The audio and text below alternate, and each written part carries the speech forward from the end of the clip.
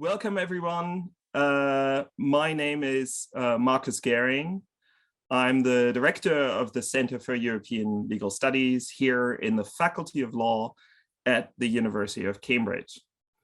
And it's my distinct honor and pleasure to welcome Pierre Leturcq. Pierre works for the Institute for European and Environmental Policy, IEEP, as a Senior Policy Analyst for Global Challenges and the SDG program. He used to work together with Pascal Lamy and Geneviève Pons for Jacques Delors, the Institute Jacques Delors, a think tank. And he's currently a Ph.D. researcher where he focuses his research on just transition. Welcome, Pierre.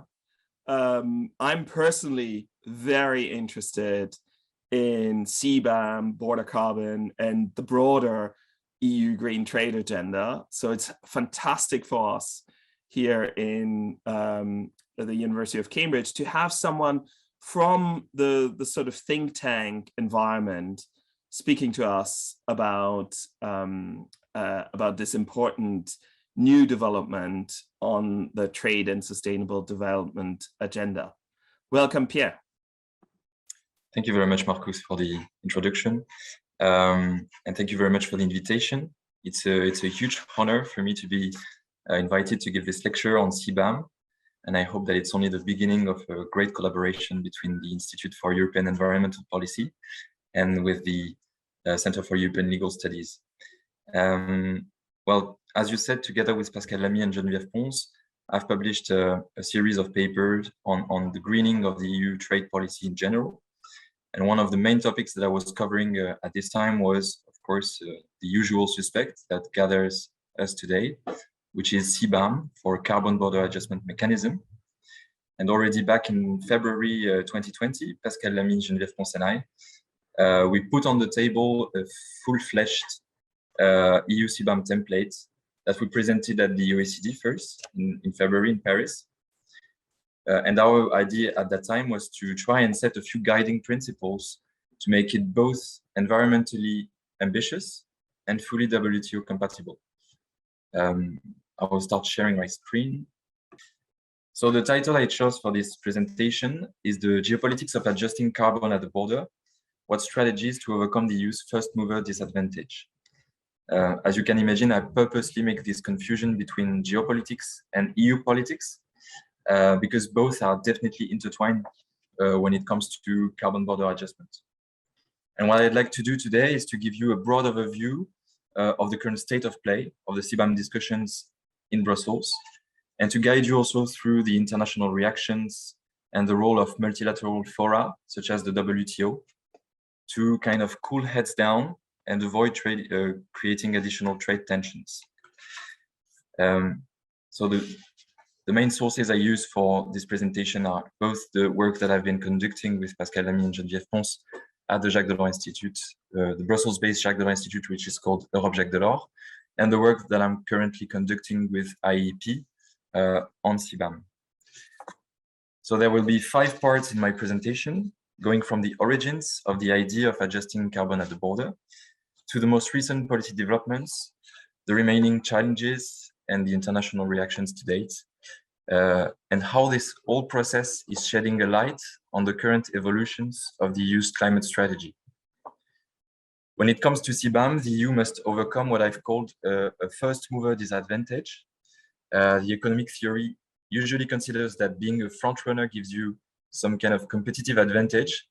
But in the case of CBAM, it's kind of the opposite, as the EU must strike a very difficult balance between ambition to prove the mechanism is fit for purpose, legal robustness to ensure it's WTO compatible, and diplomacy to avoid creating too many trade tensions and retaliations. So I propose that we start by looking at previous attempts in the EU and in the US, and that we then turn to the legal aspects. Let's start with a genesis of the idea of adjusting carbon at the border. This idea is not new, actually, and it's not only a European idea. The CBAM proposal released in July, it's the fruit of many years of reflections and debates, which didn't really have an impact before the Green Deal announcement in December 2019. In the EU, in 2027, as part of the reflections on the revision of ETS, so the European Emissions Trading System, and for its reform under the third phase starting in 2013, the European Commission issued an informal proposal at that time for an adjustment mechanism. It sought to include importing industries in the EU ETS and to refund European exporting industries for the parts of their production exported to jurisdictions without carbon pricing systems. So eventually, what was decided was an extension of the free allowances system, the free allocation of emissions allowances under the ETS for the most exposed industries in terms of international competition. In 2009, the French Ministry of Finance published a non-paper proposing the implementation of what they called at that time a carbon inclusion mechanism, creating an obligation for importers to purchase emission allowances under the ETS. What was interesting at that time is that the French non-paper also identified some key principles to ensure the measures compliance with the WTO. For instance, it said that the mechanism should only target countries that refused at that time to take part in the discussions on future international climate agreements. In 2016, a year after the Paris Agreement was signed, France issued a new proposal explicitly targeting the cement industry. And the proposal aimed to replace the free allowances granted to European industries with a similar emission pricing system. To give you a bit of context, that was at the time when we started to collect empiric evidence on the cement industry's massive windfall profits that they made through the over-allocation of ETS allowances mainly between 2006 and 2015. The proposal was taken up by the European Parliament's ENVI Committee in 2016 in an amendment to the draft reform of the EU ETS for the fourth phase of the operation of ETS and was voted by the committee. But in the end, it was rejected by the European Parliament's plenary in favor, once again, of maintaining free allowances for the cement industry. Now, in the US, as I said, it's not only a European idea. On the other side of the Atlantic, 4 proposals have made it more or less as far in the legislative process. The first proposals in the US were business-led initiatives. In 2007, it's a powerful American union, American Electric Power, that suggested the implementation of an adjustment mechanism. To sum up the evolution of the debate in the US, border adjustment mechanisms basically appeared in almost every proposal on a federal carbon price. It was the case for the American Clean Energy and Security Act of 2009, which was specifically targeting iron and steel sector, but rejected in the US Senate in 2010. It was also the case in 2014 in the American Opportunity Carbon Fee Act, and more recently in 2019 with the Energy Innovation and Carbon Dividend Act. Even more recently, earlier this year in July, a member of Congress, Scott Peters, and a senator, Chris Coons, both from the Democratic Party, presented a bill supporting the implementation of a US CBAM that would compensate for the cost of both federal and local climate policies, including non-pricing systems, such as standards on products. And this approach, as we will see in the next parts, is a bit tricky in terms of compliance with the WTO and with the GATT. So let's now turn to the legal aspects and the obstacles that the EU has to overcome in order to prove the CBAM WTO compatibility. So first of all, what are the relevant GATT articles when it comes to CBAM? So depending on the nature of the adjustments, Article 1, Article 2, and Article 3 of the GATT need to be considered. GATT Article 1 on the general most favored nation treatment prohibits measures which result in the granting of differential trade treatment to goods imported from different origins, but considered to be similar. GATT Article 3 prohibits regulatory and fiscal discrimination between product and like imports.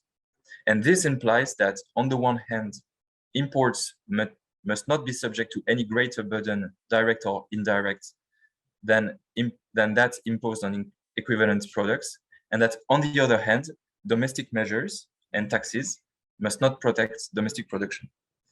Article 1 and 3 are applicable to taxes levied directly on products, and Article 2 to tariffs and custom duties. Article 2 prohibits the unilateral imposition of less favorable tariffs. So as you can see, the core principle of GATT Article 1, 2, and 3 is non-discrimination. Now, if we look at the exceptions to the above principles, two of these exceptions can be invoked as a legal basis to justify adjusting carbon at the border. These exceptions are in Article 20, paragraph B and G of the GATT, which provides an exception for measures necessary, quote unquote, to protect human life, animal or plant life or health. And paragraph G for measures relating to the conservation of exhaustible natural resources. Finally, the chapeau of Article 20 recalls that such measures must not be applied in a manner that would constitute a means of arbitrary or unjustifiable discrimination between countries where the same conditions prevail, and is not a disguised restriction on international trade. Which leads us to the key principles. The following principles are not really enshrined in WTO law, but are a rough simplification of what legislators should bear in mind when designing border carbon adjustment mechanisms. These are the principles that Pascal Lamy, Geneviève Pons, and myself, we've put forward in our very first concept note on CBAM back in February 2020. And these principles are necessity and proportionality, and that's a principle that is related to the environmental purpose of CBAM, proving a genuine relationship between the objectives pursued and the means employed, and a real and quantifiable risk of carbon leakage as a result of increased climate ambitions at the EU level.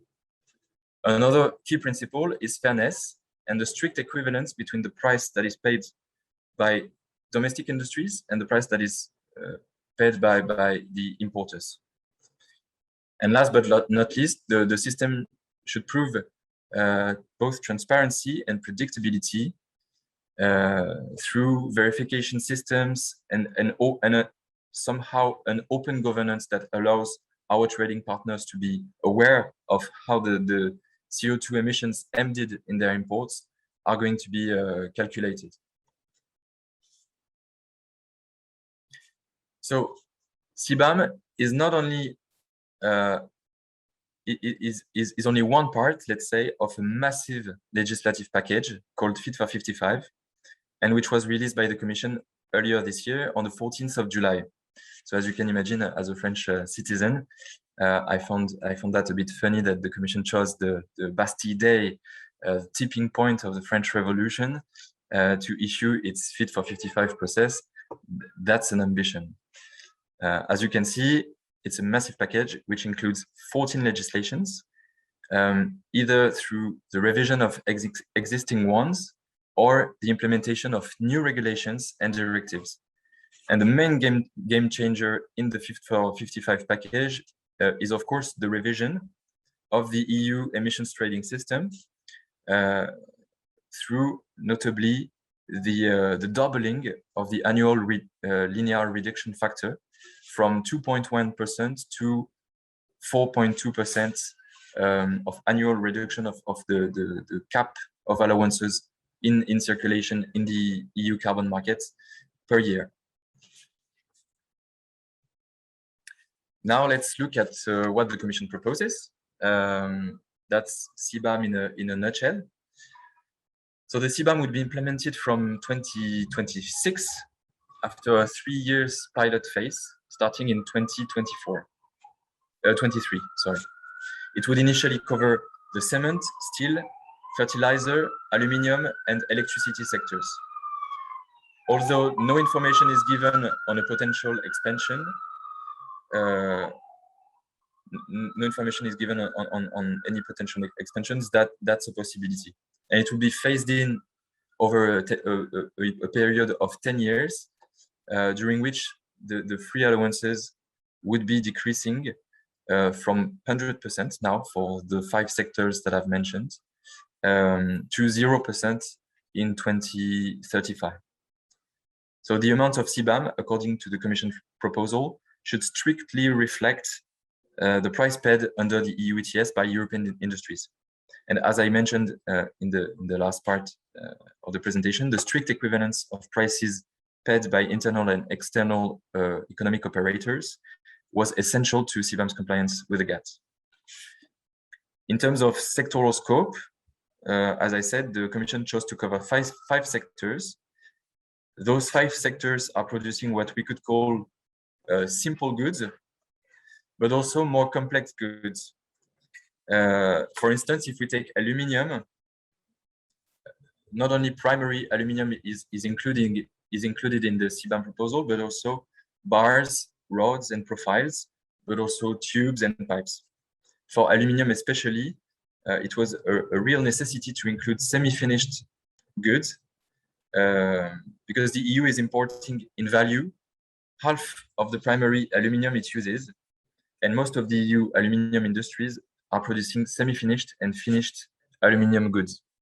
So the only coverage of primary aluminium would have increased costs for downstream producers of semi-finished goods, and would have created an important loss in terms of competitiveness, leading eventually to relocation of the semi-finished goods industry. So to conclude on the sectoral scope, the Commission has made somehow a pragmatic and consistent decision in including those 5 sectors that are very much at risk of carbon leakage in the context of an increasing CO2 price in the EU. I go back here. So how does the mechanism work concretely? Importers have to surrender CBAM certificates to national authorities, and they can purchase the certificates on a weekly basis. The CBAM price is calculated based on weekly average allowances price. Concretely, it means that importers will have to prove on an annual basis that they have surrendered a number of CBAM certificates corresponding to their annual emissions or to the applicable default value. When it comes to the volume of emissions to be taken into account, there are 3 options. Let's go back to the previous slides. 3 options on the volume of emissions to be calculated.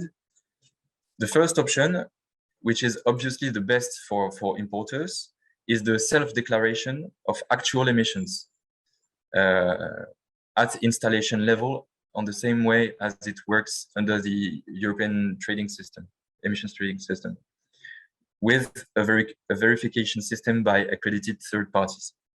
When the importer doesn't send any declaration due to a lack of data, for instance, or capacity, 2 options are open in the Commission's proposal.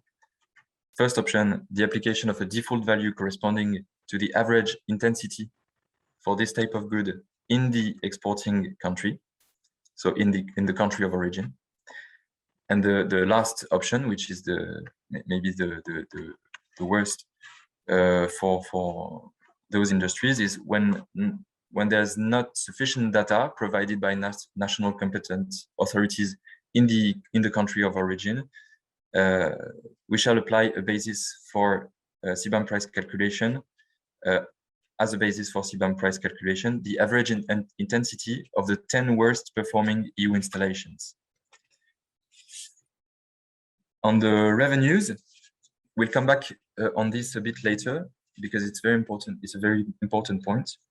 The proceeds will be collected by national authorities, just like custom duties, for instance, and most of it will fall into EU budgets. as an EU own resource. The only full exemptions are granted to non-EU countries that are linked with the European emissions trading system. So no exemption for least developed countries. So the Commission's proposal is based on a system aligned with our own trading system, emissions trading system. And the Commission is targeting sectors that are both high emitters of CO2 and subject to international competition. For the 5 sectors concerned, the risk of carbon leakage, which means the relocation of emitting activities, becomes non-neglectable if carbon prices in the EU ETS are still rising. The narrative proposed by the Commission in its proposal seems coherent, as it's focused on fighting carbon leakage. To give you a bit of context, today the price of carbon in the ETS is about 60 euros a ton emitted, and it should raise to about more than 100 euros a ton after 2030. So CBAM is a unilateral instrument that is supposed to prevent the EU's climate ambitions from leading to a shift that I've described of polluting activities towards less stringent legislations by applying the same level of carbon pricing to European production as to imports.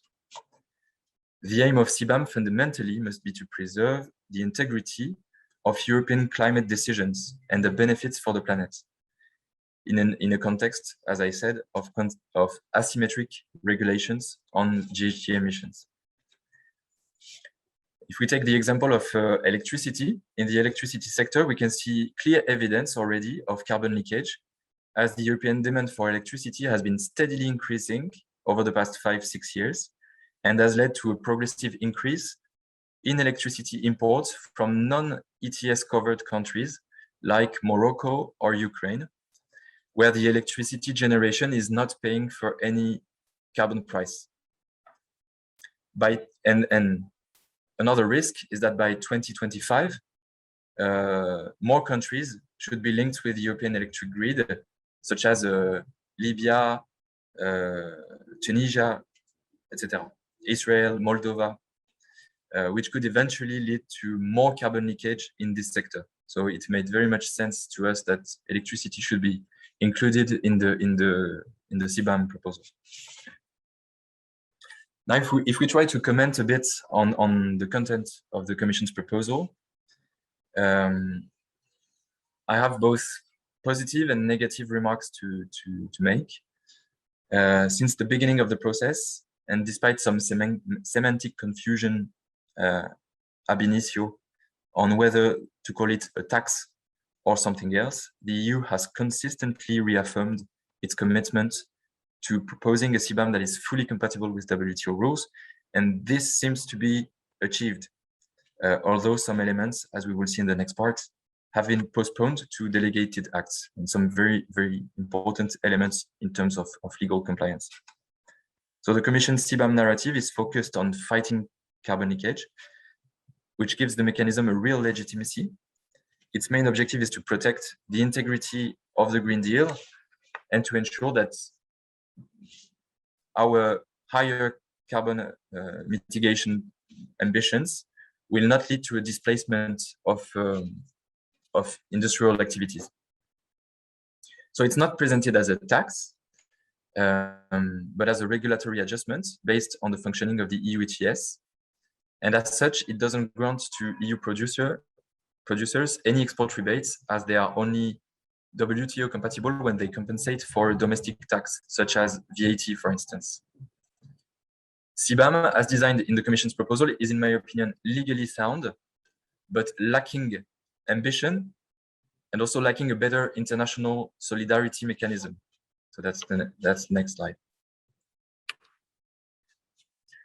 The two axes on which, in my opinion, the EU should work in the months to come are, on the one hand, how to accelerate the proposed pace of free allowances phase out, and on the other hand, how to use the revenues that are generated by CBAM.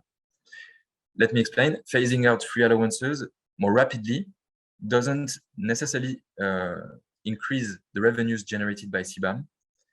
And this is clearly highlighted in the impact assessment. So the main argument in phasing out free allowances more rapidly doesn't lie in the generation of additional revenues, but rather on the economic signal that is given to EU industry through carbon pricing.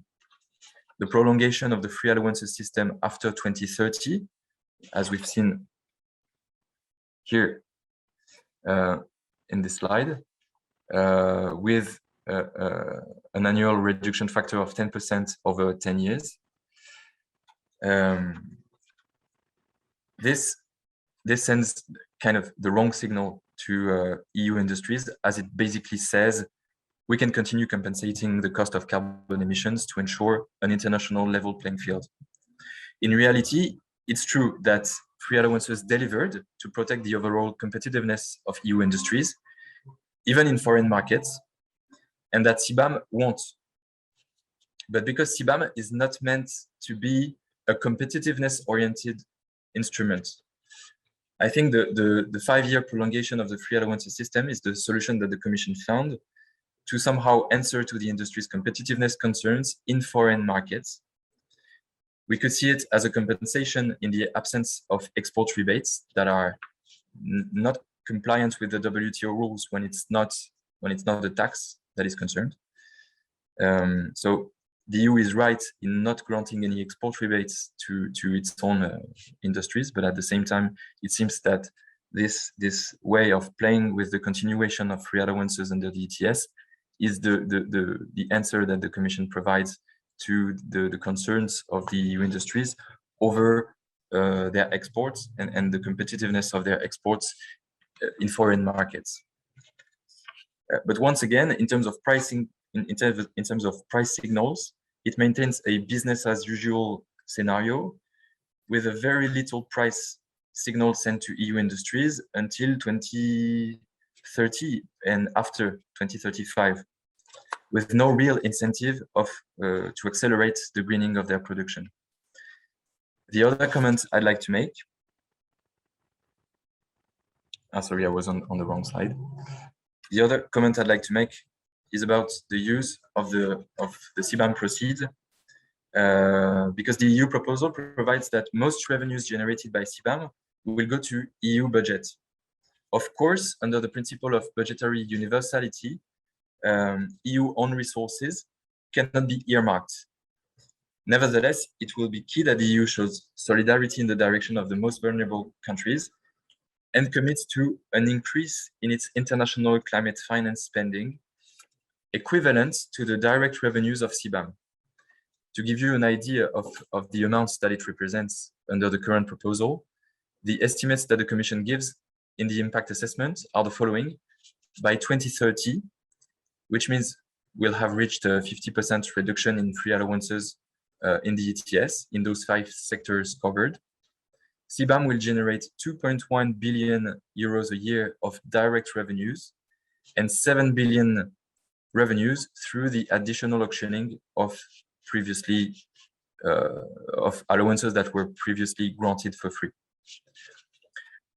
For us at IEEP, we believe that CBAM creates a good opportunity for the EU to increase its contribution to international climate finance of an amount corresponding to the 2.1 billion, the CBAM direct revenues, as we are not meeting the expected 100 billion euros a year of climate contribution among the northern countries.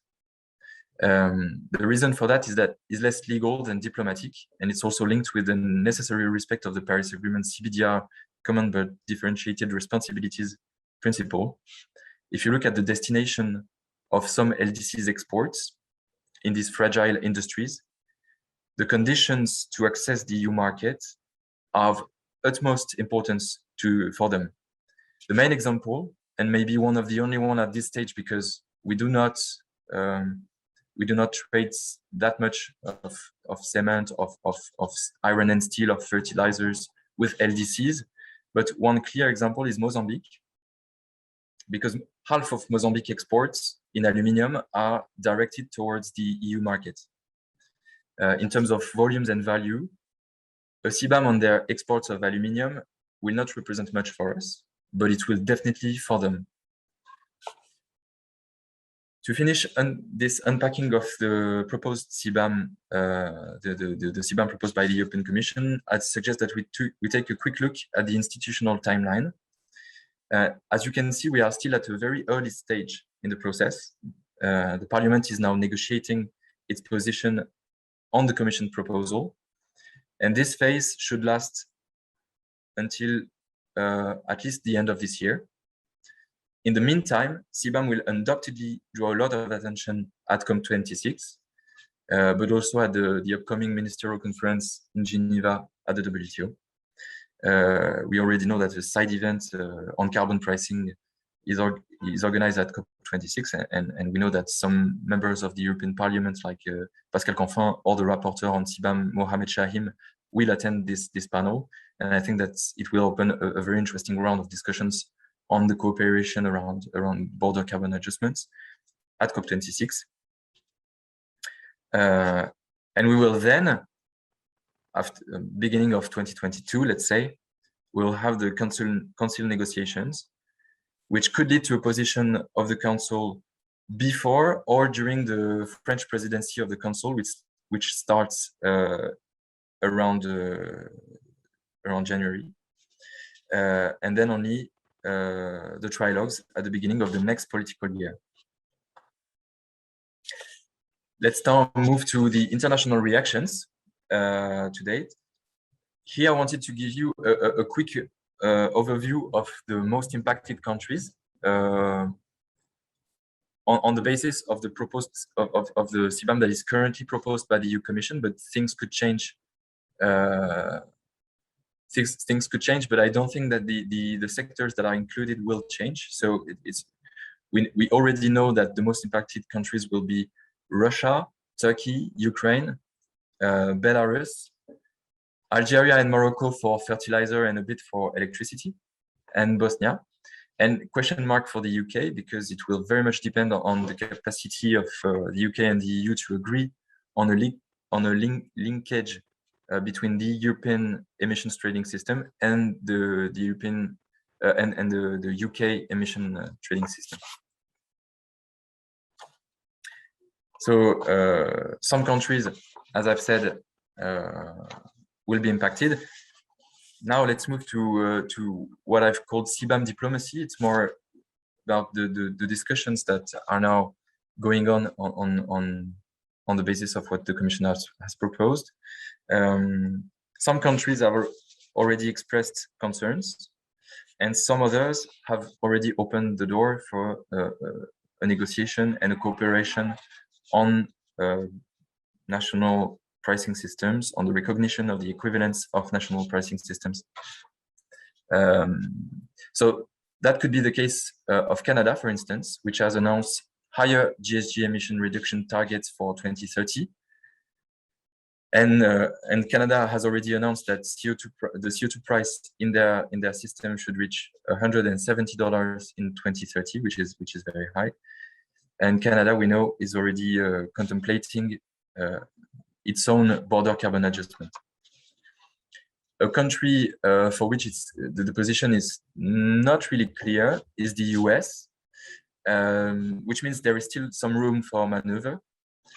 What's interesting with the US is that they seem to be still contemplating CBAM, having their own CBAM, but without having their own, having a unified carbon pricing system at the federal level.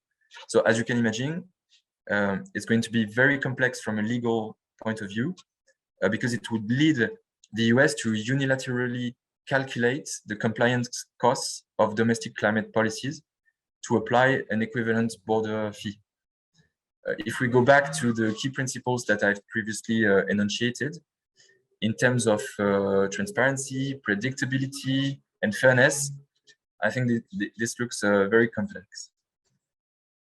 And of course, a series of countries like the basic countries, like Brazil, China, India, are very much opposed to CBAM, and they've already said that they would trigger an action before the WTO dispute settlement mechanism when CBAM will be implemented in the EU. So we should definitely not forget to keep the discussion open with those countries.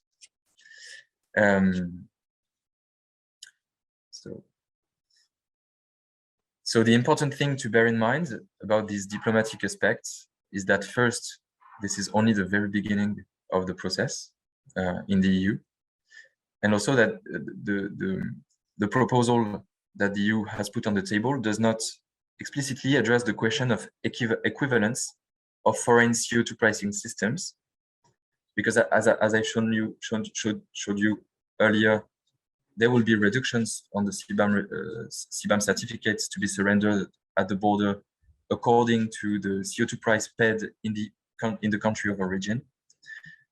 But the proposal of the Commission does not explicitly say what are the criteria to be respected by those other carbon pricing systems to enter this reduction mechanism. So this has been postponed to the delegated acts, which means that the EU itself doesn't have a clear position at the moment, and that if we want the WTO to become a venue for agreeing on guidelines and for being the right forum for discussion among both Northern and Global South countries on CBAMs, it will be important that other countries, not only the EU, start addressing this issue at the WTO, because if we wait until the EU has a unified and a clear position on that, we will lose a lot of time. So in a way, we could consider that, and one other very interesting element is that 2 weeks from now, 2 weeks ago, the new Director General of the WTO, Ngozi Okonjo-Iweala, has recalled the importance of moving towards a global carbon price.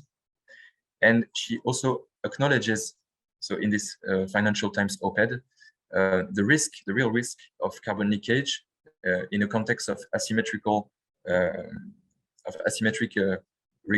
regulatory measures on carbon pricing around the world. So that's already a very positive signal that has been sent by the WTO. And to conclude, so very much trust in the WTO to be the right forum for that kind of discussions with a new leadership and a new impetus that has been given. And to conclude and to give you an opening kind of remark, the EU's climate neutrality target has opened a space for transition policies, which are not proper climate neutrality policies that are not directly leading us to climate neutrality, but are creating the environment, the legal environment, and the economic environments that is necessary to reaching these targets. And CBAM is one of those companion measures to a major transformation that will last until 2030, 2040. So it seems that beyond the performative speech of announcing that the EU will be the leader of the world's climate ambition, the EU has proceeded with the design of mechanisms aimed at being sort of guarantors, protectors of the integrity and of the consistency of the EU's climate trajectory. And it's the case at the internal level with the Just Transition mechanism. I see a clear parallel in the decision-making process, but also in the legitimacy objective that is given to those policies, and which kind of overlaps with the climate or social objectives of these policies. Clear parallel between those two, because the Commission has been very fast in delivering a first proposal after years of discussions around these ideas. The idea of implementing a Just Transition mechanism was also not new. And now it's going very, very fast, because the EU has to say to its trading partners, we are getting serious about carbon pricing, about our climate ambition, etc. So we need to protect somehow our industries, and we need to make sure that this ambition will not result in a relocation of emissions. And this is a maybe that's an open question, but maybe this is only the opening of a new era in EU climate policy making, as what we've seen with CBAM is very much an acceleration and a technicization of the decision-making process, with a better, at the same time, with a better involvement of the expert community in Brussels, with a lot of roundtables, a lot of expert panels that have been convened and financed by the Commission very quickly. So we see that after the speech, after the discourse around the Green Deal, the Commission has started to engage on transition instruments and creating new mechanisms to ensure the integrity and the consistency of its own agenda. So for now, the next step would be to be able to start a really multilateral or plurilateral discussion on carbon pricing and carbon adjustments with both northern and southern countries, because of course the German have submitted this idea through a non-paper on climate clubs, that eventually countries like Canada, like Japan, like the US and the EU could form a carbon club, avoiding kind of exempting each other from these adjustments and recognizing their own systems. But at the same time, it will be detrimental that the EU proves that the CBAM is just not an instrument for the richest, and that it can coexist in a good fashion with a lot of other mechanisms. So I think the WTO should be the right instance and the right forum to discuss that, because the challenge, the upcoming challenge, is very much to avoid the worst case scenario, which would be a coexistence of multiple carbon adjustment systems with different declaration procedures, with different calculation systems on the carbon content of products, etc. So I will now turn to Marcus for the Q&A. I think I've been a bit long, but sorry for that.